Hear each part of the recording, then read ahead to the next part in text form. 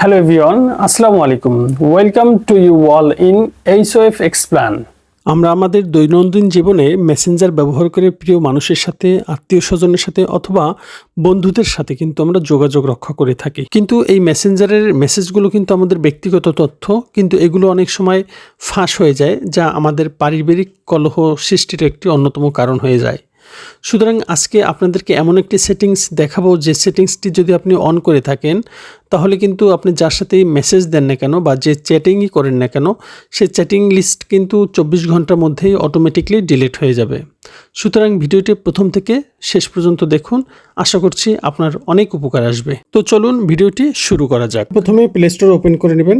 Open করে নেওয়ার পরে সার্চ অপশনের উপর একটি ট্যাপ দিবেন এবং ট্যাপ দেওয়ার পরে সার্চ অপশনে লিখবেন মেসেঞ্জার, MESS লেখার পরে দেখেন নিচে মেসেঞ্জার অপশন চলে আসছে। আমি এর উপর ট্যাপ দিয়ে দেবো। ট্যাপ দিয়ে দেওয়ার পরে দেখেন আমার এটি কিন্তু ওপেন অপশন চলে আসছে। এখানে যেহেতু আমার এটা আপডেট করা আছে, এর জন্য ওপেন অপশন আসছে। আপনার যদি আপডেট করা না থাকে তাহলে আপনার এখানে কিন্তু আপডেট অপশন চলে আসবে। জাস্ট তখন আপডেটের উপর ট্যাপ দিলেই কিন্তু আপনার মেসেঞ্জারটি আপডেট হয়ে যাবে। এরপরে আপনি মেসেঞ্জার ওপেন করে নেবেন। ওপেন করে নেওয়ার পরে আমরা যার আইডির সাথে এই ডিজে অ্যাপিয়ারিংটা সেট করতে চাই তার আইডিকে ওপেন করে নেব। ধরে নেন আমি এটিকে করতে চাই, এর জন্য ওপেন করে নিলাম। এবার উপরে আই বাটন আছে, তার উপর একটি ট্যাপ দিয়ে দেবো।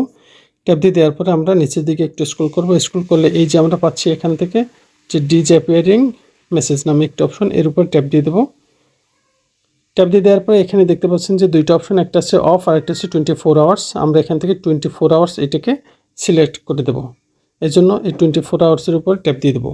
এখন যদি আমি এই আইডিদারিকে মেসেজ করি, তাহলে সেই মেসেজটি কিন্তু 24 ঘন্টার মধ্যে অটোমেটিকলি ডিলিট হয়ে যাবে। আপনি ঠিক এই রকমের সেটিংসটি অন করে এই সুবিধাটা কিন্তু নিতে পারেন।